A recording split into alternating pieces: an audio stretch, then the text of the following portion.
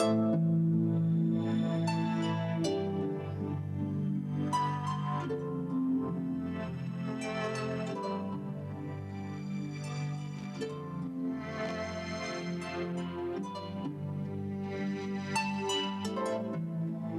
Mike Costello, and I'm here with Dr. Iris Freelander, and today we'd like to spend a few moments talking to you about the mind-body connection. In metaphysical New Thought philosophy, we talk a lot about the mind-body-spirit connection. We talk about holistic healing, we talk about spiritual healing, we talk about physical healings and different manifestations of improving the quality of our life. But the connection of the mind and body have sparked a tremendous amount of interest in today's environment and are fundamental to the teachings that we share with people at our center and at centers like ours. The mind-body connection is something that has really taken off today, hasn't it, in terms of the interest that people have for it? Yes, it has, and I think it's because people have greater knowledge now. We have more nutritionists, more doctors talking about nutrition, and thank goodness, and we have knowledge in books and papers. So more people know that it's important that they manifest what they think. Mm-hmm. And that is really a fundamental teaching of New Thought, that our thoughts create things.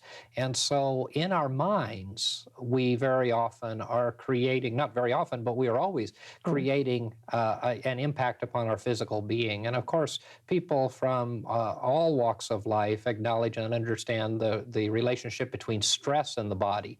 And of course, a lot of the stresses that we have today and always have come from our minds, haven't they? That's correct. And doctors have proven that to be true. Dr. Carl Simonton was one of the foremost ones doing that. And he taught people to see the disease, the cancer in their body. He was a cancer specialist, oncologist. And he taught them to see the disease in their body and then send out their guns to shoot it down. And there's a lovely story about a young boy who I think was not working with Dr. Simonton, but he used the Star Wars figures in shooting down the brain cancer that he had. Mm-hmm. He had quite a large, inoperable brain tumor, and he used that method of seeing his, of shooting those cancer cells out of his head, out of his body, and he succeeded. And he said, "I need help, God." And so then he decided that he would use the Star Wars figures and do it. And he said to his dad, when the doctors gave him his parents, the diagnosis, he said, "I could die from this, couldn't I?" And his father said, "Yes, you could." Because his father thought he shouldn't lie to him because the doctors had said it was inoperable, there's nothing they could do. And so that the parents encouraged that young man to work in that way, and he did. And sure enough, he healed. There's a little more, it took time, but he healed. Mm-hmm. And that's really visualization, isn't it? A technique exactly. of visualizing. And of course, in our mind, we have the ability to visualize. And we believe, as do many others, that the mind is a creative force. Mm-hmm. And that the mind, through its action, through its dynamic action of thought and consciousness, can bring about a physical manifestation. And we begin the process often with techniques in visualization. Yes, and we have proof that they work. There's a Dr. Stuart Swerdlow who works with a lot of different people. He works by phone and he's clairvoyant, and he sees their bodies and sees what they need. But there is a basic color scheme attached to the physical body on the lowest level of the sevenfold bodies. And it's because there's no major chakras or force centers in the legs, he encases the legs, the feet and legs with brown, and a lot of people use it as light. So they use brown light, starting with the feet and going up, and then with a pure clear red, and then a pure clear orange, and then a pure clear yellow, and then a light to medium green, and then a royal blue, and then the violet at the top of the head. And that's been very effective for a lot of people.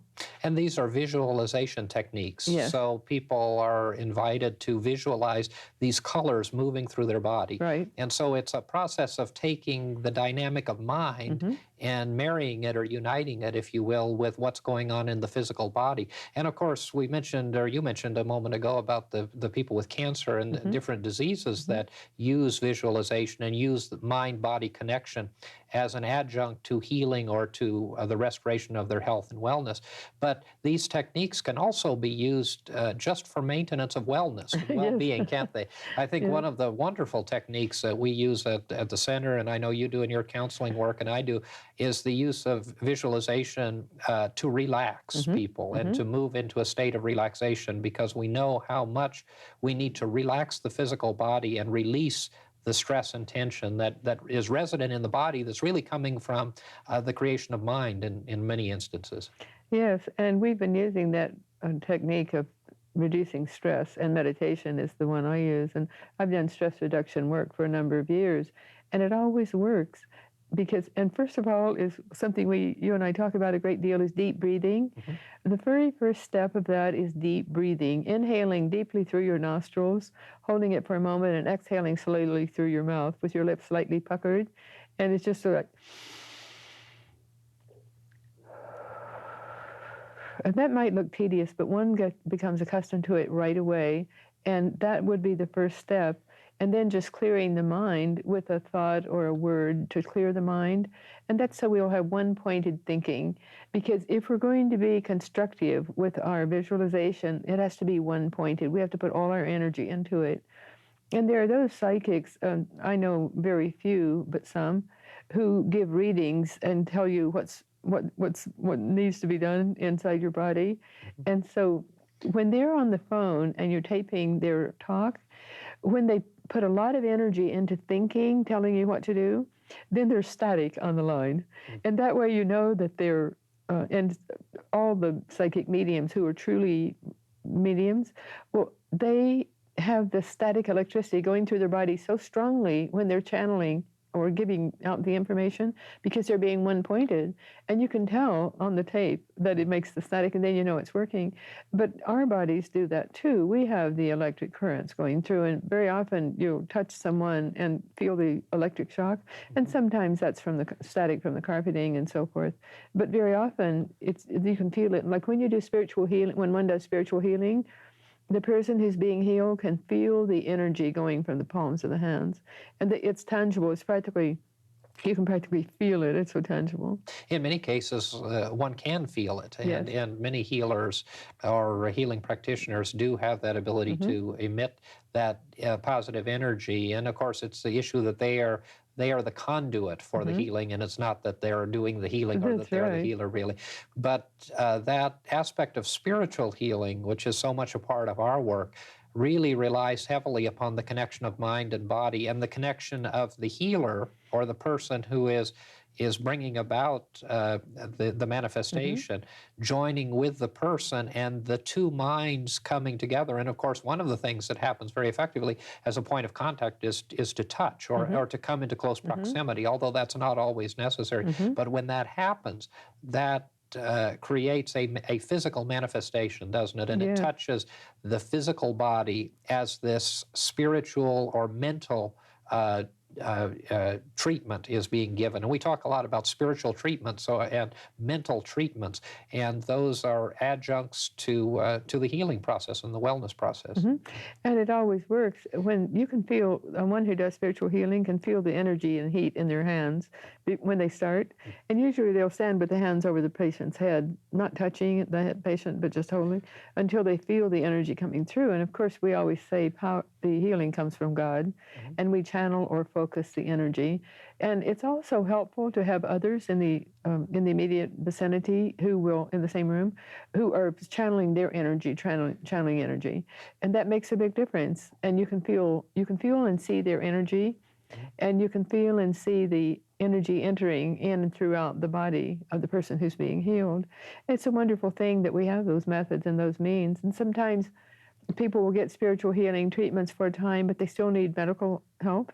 And they know they still need medical help. Or the doctors will say, well, you need surgery, but you can wait 6 weeks.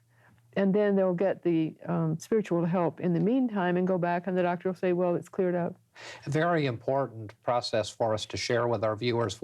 First of all, we're not talking or professing a belief in one exclusive kind or method of healing.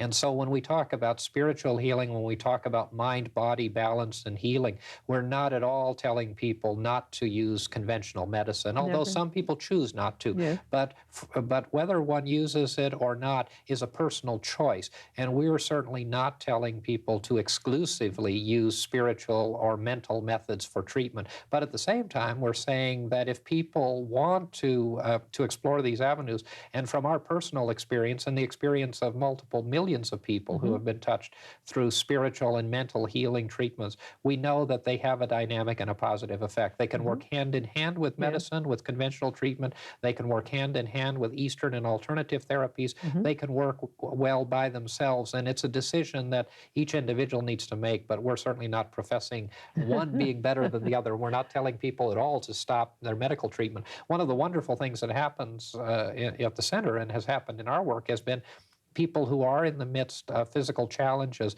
and are having serious medical treatments. And when they access the mind-body connection, whether it's through us or through other spiritual mind-body healing treatments that are given, those people tend to have very good results in combination with traditional therapies. And it helps because I think, aside from the fact that we believe that divine and spiritual healing and mind-body-spirit connection is important, but it also, I think, brings about a relaxation and brings about a manifestation in the body to receive its healing and wellness from whatever source. That is so very important. And you're right, we certainly never advocate that people not see their medical doctor or not follow that doctor's advice. Edgar Cayce was one of the leading ones in this field in his time. He died, I think it was 1953, but 1943 or 53, but he would tell people to see their doctor very often. And sometimes he'd tell them it's a minor thing, you can clear it up with thus and so, but he was sending people to their doctors just as we do. Right. And there's a wonderful visualization and meditation technique that is meditations on preparing to be healed.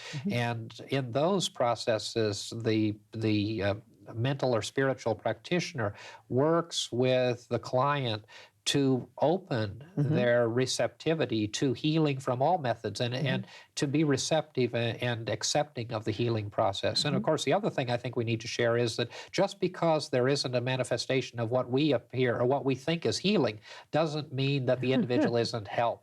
And in many instances, people's disease will continue to progress. In many cases, in some cases, it will be improved. In some cases, it will be healed. In other cases, it will continue to progress. But in the process, through mind-body therapies and treatments and through spiritual healing, individuals are able to deal with the physical challenge in a much more positive and affirmative way. And it has to do with attitude, and it has to do with the power of the mind to be able to create within us an environment that is conducive to bringing about wellness. And wellness doesn't always mean that we're disease-free. It means that we are well and whole as persons, which is what we truly are in the midst of every circumstance, even the worst of diseases. Yeah, sensing from our higher self as opposed to just the physical beinghood. And everyone believes that we have a spiritual body and a physical body and a mental body. So, and some think, well, we have 7 bodies, but that wouldn't matter. They all work together. However we do it, they work together. And our bodies, mind, body, and spirit, work as one. And we can't be negative. We can't be hateful toward other people or vindictive or send out negative energy and not have it affect us, because it's like a boomerang. It always comes back onto the one who's sending it out. I remember a psychologist told me once to send, if 2 people in my life were sending me bad thoughts and giving me a hard time, and he said, just say, I'm sending your garbage back to you. And I chose instead of saying, I'm sending your garbage back to you, which I could have said very easily, I said, I'm transmuting this. And I just transmuted it into light, because we're capable of doing that. Anyone is capable of doing that, because our minds are as capable, work in unison with Creator God. So I think it's really important that instead of resisting when people send us negative energy, negative thoughts, to transmute it into light and then send it out as light. Isn't that exciting? It's exciting and absolutely true. And as we do that, we begin to demonstrate this concept of mind and body connection.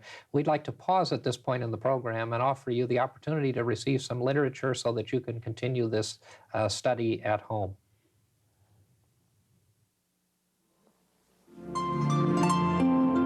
We would like to give you the opportunity to explore and discover in your own home the new thought teachings that this program is sharing with you by sending you a free copy of one of these booklets.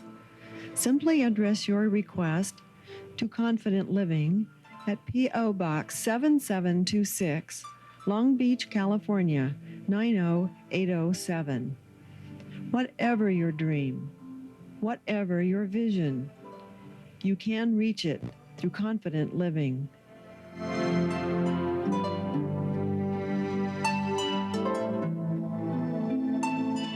Before the break, we were talking about the importance of our viewers understanding that we were not suggesting that they not seek medical aid. We also probably ought to caution or inform our viewers that we're also not talking about the fact that they have to change their religion or their spiritual traditions at all. That the techniques that we're talking about in New Thought, by its very nature, does not intrude upon one's religious or spiritual beliefs, that the concepts and ideas that we're sharing are utilized by people of many faiths and people of no faith. And so it really has nothing to do with our faith or religion. It has to do with our faith and belief in the divine. Yeah. And so that distinction is very important. And we're also not at all suggesting that people have to subscribe to all of the belief systems that we have from a spiritual standpoint to be able to access this mind-body-spirit connection, because healing is accessible. This method of healing is accessible to all people. And the presence and power of God and the divine is no respecter of persons and doesn't require anything of us. It certainly is, and it's universal truth. And truth manifests positively, regardless of what, as you said, no spiritual belief or little or much, and it wouldn't matter in what areas. But with our belief, Creator God works with us, and we work with Creator God. And in that way, we're gaining, when we believe in Creator, then we gain extra strength and strength of purpose. And I think it gives us more energy. Everything is energy. You say that so often. All of life is energy. So certain things spark our energies more than others. And whatever our belief system is, if we believe in it strongly enough, then surely it does make a difference in how well we visualize and how well we manifest. Because it's according to how deeply we're able to visualize as to what we manifest. And of course, a tremendous amount of this teaching has to do with our own personal responsibility. Yes. And so for many people of certain religious traditions, they may see that or say that we're detracting from the power and presence of God, because their tradition may teach them to be much more comfortable with the aspect of simply leaving it to God. And we certainly leave it to the presence of God and to the presence of the divine. But with our faith tradition and with what we're sharing today, we go this next step, and that is we leave it to God to guide and direct us to take responsibility for our person because of the perfect child of God that we are. And that makes it our responsibility to control our thoughts and to take the responsibility upon ourselves and the duty upon ourselves to bring about a whole and wholesome connection of mind and body and spirit. And in order to do that, we have to be cautious of what it is we're thinking. And you said so beautifully a few minutes ago that we have to protect ourselves, and we have to move out of the processes of negative thinking. We have to move out of the processes of self-pity. We have to move out of the process of being depressed within our mind about our condition, and we have to be willing to do something about it. And the something that we have to do is to change our way of thinking. That's exactly true. And God helps those who help themselves is a trite cliche, but it's really true. As you know, God gave mankind free will. So if God or the angels, the angelics, or any on the inner planes of being helped us against our free will, then it would all fall apart. So we have to ask and trust and believe that even an atheist they are in the same boat. They ask, trust, and believe whatever it is they ask and trust. But unless we have that conviction, unless we're not exercising our free will, if we leave it to someone else, and we can't do that and have success. Yeah. And that's one of the things that I think we need to be cautious about medicine with, is so often with traditional medicine, and that's not to be negative about traditional medicine, but our background is that we go to doctors and the doctors fix us, and we have no responsibility. We simply do what they tell us. They either cut it out or they give us medicine, and they do marvelous and wonderful things. But the reality is that we do have an obligation, and that we need to be participants in the process of wellness and wholeness and restoration of health. And in order to be participants, we have to be aware of the fact that our minds and our bodies are connected, that our minds are creating something that is taking place in our body. And I'm not at all saying that every illness is created by the mind. And that's another issue that some metaphysicians and New Thought teachers will espouse. And we're not talking about that, because there are times and circumstances and situations why people get diseases is a matter that is known to God and God alone. And it's not something that we need to research or be concerned about. But we do need to be concerned about ourselves and others when we are in the midst of physical challenges, and we need to know what it is we need to do. We don't need to know why it is we're there, because that's not really helping them or helping us. But we do need to center ourselves. We need to be aware of our mind and the power of our mind to bring about a manifestation of either a resolution of the problem, or to bring about a manifestation of a sense of mind and consciousness that's going to bring us through this experience. And we're going to get through it. It doesn't matter what the experience is.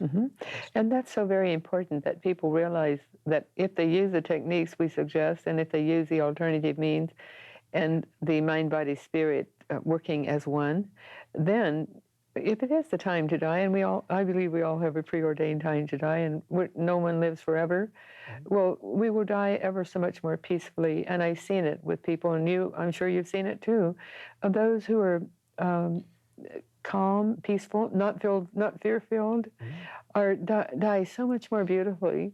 And I've related before 2 different women whom I was with when they died. The nurse in one case and the mortician who came to collect the body in the other said, "That lady, your mother, that your aunt is so beautiful." And they were. They had a beauty exuding from them that was unmistakably peace and joy. And they had died peacefully and joyously. And they didn't, in both cases, want to die. But in both cases, they said, it's my time, it's my time. And so they were relaxed and relieved. And it doesn't matter if it's our time to go or if it's our time to stay. What matters is how we live each moment, keeping our consciousness in present time and living each moment joyously and not with fear. Because fear kills, and so many people have ruined their bodies just through fear. And if they would just do their deep breathing and put their trust and faith and in their own self-responsibility, then they will be much more happy and peaceful. And then they realize, as the ladies I counted about, that it doesn't matter when we go, it's our time, but we can go with happiness and joy. Right. And without a stress-filled, fearful consciousness and awareness. And that fear is what destroys us in so many instances. And we know, too, that people that fear diseases many times will manifest those diseases because of the creative power of the mind. Now, the mind will, in every instance, create after its kind. Thoughts create after their kind. And so we need to be aware of the fact that if we have our minds filled with stress and negativity and fear and all of the attributes that bring us negative vibration, that's going to have an outpicturing in our physical bodies. And we know that simply from stress. We know what stress can do. And we know also what negative thinking can do. And we know what negative thinking can do in the midst of a negative physical experience. So if our physical bodies are already in the midst of a negative challenge, whether that be a serious illness or a less serious illness, then we know that we need to bring our minds into clear focus, and we need to make our minds behave in such a positive and affirmative way that our bodies will respond appropriately, and that centering and that balance and that peace will come into our physical being. Exactly. And medical doctors are telling us that more and more people are into deep depression or minor depression, but usually when it creates a problem, it's very deep depression, and it's because of a chemical imbalance in the body, and they could clear that out if by just using the techniques we describe, and by living positively, and by having faith that they will feel better, and doing things to relax their bodies. And there's new alternative medicine, alternative help. And one is St. John's wort and kava kava, and there are others that help people to be rid of the depression. And it changes the chemical balance in the body. Anything we take in changes it one way or another. Whatever we put into our body, liquid or solid. And so when people use those methods, then they become more calm, and they're able to be more serene, and then they heal. But no one can heal when their body is filled with fear or depression, because it creates the blackness within. Right. And that negativity just spirals downward, and it creates a very negative and negative feeling and a negative physical condition. Yes, and then the body can't heal itself, because our body is meant to heal itself, and it does. When we're in doctors will tell us that we're in a normal modality, then our bodies heal.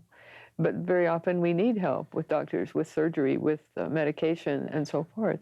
We need that help in order to bring our bodies back to chemical balance.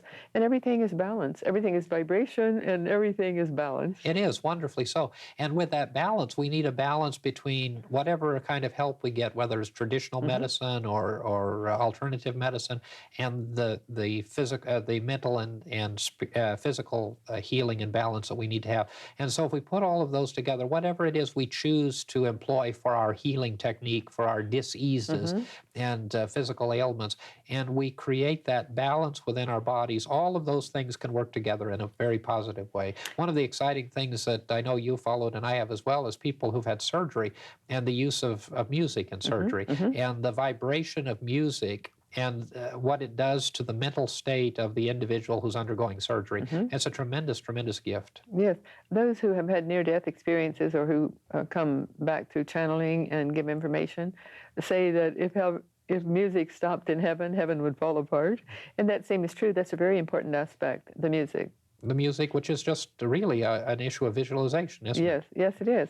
But it creates a certain frequency within the body, and a certain frequency in the atmosphere, and therefore within the body.